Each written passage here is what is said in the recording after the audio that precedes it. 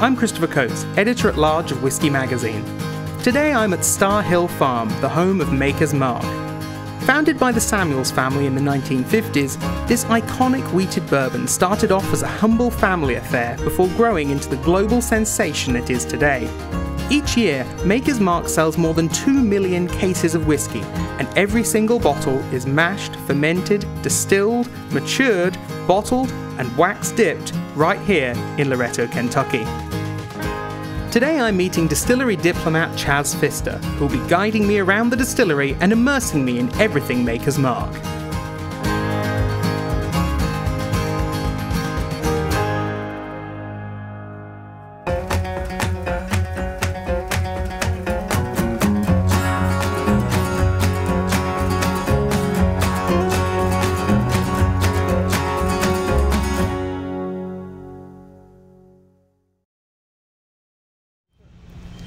So whiskey fans the world over will recognise the Maker's Mark bottle, but the brand that's now selling more than 2 million cases a year started from very humble beginnings. So can you tell me about how did the Samuels family get started?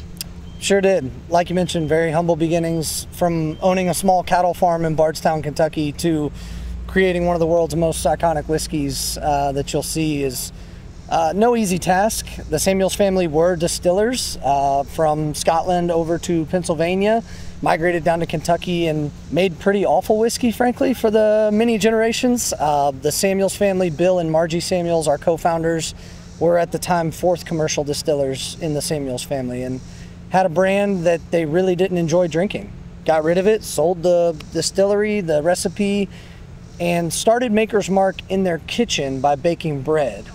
Trying to determine basically what types of grain would drive flavor towards the front of Bill and Margie's palate. And so what they landed upon was the recipe that ultimately became Maker's Mark and the recipe that we still use today. And it's really the confidence of master whiskey makers that allows you to say, we used to do it the wrong way, right? Absolutely. I mean, just learning from your faults. Even in the 50s and 60s when Maker's was coming onto the scene, whiskey wasn't something that was a connoisseur's drink like it is today. It was something to get you from A to B. And Bill said, you know what, we can still craft a whiskey that is going to be easy to enjoy. It's going to be easy to taste and something that he could recommend to his friends and his family. So that was really the reasoning and the drive, was to create some sort of crafted whiskey that was going to be, frankly, manageable on your palate and easy to drink. And Maker's is famously a wheated bourbon. So can you tell me, how does that differ from the way other makers make theirs? Typically, you're looking at two main columns of bourbon. You're looking at rye bourbon and wheated bourbons. The Samuels family had made rye whiskey and rye bourbons up until the point that Bill Samuels sold the family distillery and really started on that journey of baking breads to determine what grain actually drove the sweetness to a different part of his palate. Ultimately landing on soft red winter wheat for the recipe of Maker's Mark. Still to this day, our recipe is 70% corn, 16% soft red winter wheat, and 14% malted barley. So really just playing around with those grains in their kitchen and trying to determine where flavor comes from as far as using those in mash bills. The location here is absolutely spectacular. Can you tell me, why did they end up here? How did they pick this beautiful location? This is actually a distillery that dates back to 1805. So this was a distillery long before it was Maker's Mark. The reason that Bill and Margie chose this location is our water source. It's a 10-acre spring-fed lake. It sits right on top of the other side of our hill over here. And that 2 springs that feed that water source are what we use daily to make Maker's Mark. And the grains that you use, do you try to source as many of them as you can locally, or what's the footprint for 86% of our mash bill comes from within 60 miles of the distillery. So 2 families that we have sourced our corn and our wheat from since day one, and then barley is grown Minnesota, parts of the Dakotas, and then it's brought in from down there. So that's basically the only thing that doesn't grow great in Kentucky and the bluegrass region here. So as much of that is sourced as locally as possible. Fantastic. Well, now we know what goes into the bottle. I think we should go and see what happens when those grains arrive here. Let's check it out. Okay, so we've taken our first step inside the distillery, and I was amazed to find that it's actually quite small in here. So can you describe the layout of the distillery to me? Yeah, the footprint is not very large. I mean, this is the original distillery from 1805. It started to be Maker's Mark in 1953 when we acquired the property. And so what you're actually inside of is 3 distilleries under one roof. The only thing we've ever done is replicate the process 2 other times inside of this building. We have 3 column stills in here, we have our 3 cookers in here, and we have all of our fermenters right here in this building. So very tight, very compact, but every drop of Maker's Mark in the entire world starts its process right here in this room behind us. And we can hear the mill going behind us. So can you tell me what happens when the grains arrive at the distillery? The grain will be brought in, it'll be milled in what we call a roller mill. It's a little bit different of an approach of using a hammer mill. We actually just want to control the breakage of the grain, drop it into a cooker with our limestone water from our lake, and then it'll go to ferment for about 3 days after that cooking process. When the grains come in, because obviously you've got a mash bill of multiple grains, are you milling them all together, or do you mill each grain separately and then mix that together? Grain is very restricted when it comes into our distillery. We have a 1% tolerance on any foreign material in the grain. It has to pass checks before we'll even accept it. Bring it in, mill it 1 grain at a time, store it separately until it is introduced into the cooking process. Okay, so the grains have come into the distillery, they've been milled, and then they've got to get cooked. So how do you go about doing that? So those grains, once they're milled, they'll actually be dropped into a cooker with the water from our lake. It only cooks for about 3 hours. Once that cooks, we're going to bring it into a fermenter here. What you see are some of our original Cypress fermenters on site that were left from the old family distillery. And so we still use these to make Maker's Mark. They're about 10,000 gallons in size. This mash stays in here for about 3 days with our yeast that we grow upstairs. So about how long does it take to fill one of these? It takes about close to an hour to fill one. It'll sit in here for about 3 days' time. And about how many liters are going in here? This is 10,000 gallons. 10,000 gallons. Which will roughly give us somewhere in the neighborhood of 20 to 25 barrels worth of clear spirit to put into a barrel. And how long are you fermenting for? About 3 days' time. The first 2 days we're really just letting the yeast do its job, attack all the sugars, convert that into alcohol. Towards the 3rd day, when it starts to get still, we know the yeast has died off, and that's about 8 or 9% alcohol, what we call a sour mash or a distiller's beer at that point. So what are you looking for in terms of like the aroma characteristics at this stage of the process? Really, you're looking for almost like a sour beer, an acidic beer. It starts as a really sweet mash because of the corn and the wheat. Once that yeast has done its job, we've got a lot of sourness and acidity, but we're looking for that alcohol percentage really so that we can run it through the still properly. How long has this been fermenting for? This is probably at about a day 2 stage. When we bring the mash in, we add the yeast immediately. On day 1, we get a really vigorous activity from the yeast starting to attack all the sugars. So lots of bubbling, lots of movement inside of that fermenter. By day 2, settles down a little bit, light bubbling, light movement. The bubbling is actually just carbon dioxide that you see coming off from the reaction of the yeast. And then by day 3, we get no bubbling, no movement. We actually get a solid cap of about 6 inches of grain on top of there. And that lets us know the yeast has died off. At that point, it's about 8 or 9% alcohol, and it's ready to be moved and run through a still. And that's what's happening in this one over here. That's what's happening right here. Is we've got a day 3. They're actually about to drain this. All the grain goes through the still and comes to the bottom, and we send that out as cattle feed for local farmers. Fantastic. Okay, so you brought me upstairs to this rather ominous looking case. And told me it's very important. So what goes on inside here? Yeah, so we're up here on the 2nd floor of our distillery where we actually still grow all of our yeast here on site at Maker's Mark that we use to make our whiskey. It is a living jug yeast, and it's very important to us because it's the 6th generation strand of the Samuels family yeast. So when Bill and Margie left their family distillery, they burned the recipe, they sold the distillery, but they kept this live jug yeast because of how important it is to the process of creating flavor in whiskey. And so we still grow it here on site every day in a bucket with aluminum foil on top. We actually grow it from the mother strand for about 7 days, and then we go back to the mother strand so that the yeast never strays too far from the original. And if you give that a sniff... Oh wow, that smells amazing. Right? It actually smells very fresh, very nuanced, very complex, because this is literally the living, breathing thing that gives Maker's Mark its flavor and its character. So you're telling me that every sip of Maker's Mark that anyone around the world has ever had, the flavors in that bottle started out in here? You got it. Yeah. Very simple. Hi everyone, I hope you're enjoying the video. This is just a quick message to tell you a little bit about Whisky Magazine. Founded in 1998, Whisky Magazine is the world's leading authority on whiskey, and we're proud to be celebrating our 25th year of continuous publication. Published in print 8 times per year and offering regular news coverage online at whiskymag.com, every issue of the title features whiskies from all over the world and includes distillery focuses, interviews, and topical features penned by the leading drinks writers on the planet. Each issue explores whiskey's people, places, history, and production, and carries blind tastings of newly released whiskies of all styles to help you pick your next bottle to drink, collect, or gift. Follow the link to claim your free digital edition and check out the latest subscription offers. Enjoy! So we've just come out of your very beautiful, very hot, but very loud still house to talk about distillation. So can you tell me, like, how does it differ from the copper pot distillation that some of our viewers might be familiar with if they've been to Scottish distilleries? And also tell me what this magnificent piece of kit right here is. Sure. So we use 100% copper column stills here at Makers. We have 3 of them that are exactly alike. They're 50 feet tall, 3 feet across. This is a very small section of one. When our mash comes over from the fermentation tanks, it's going to be taken to the 50th foot of our still and basically introduced at the top of the still. It's going to run across these perforated copper plates.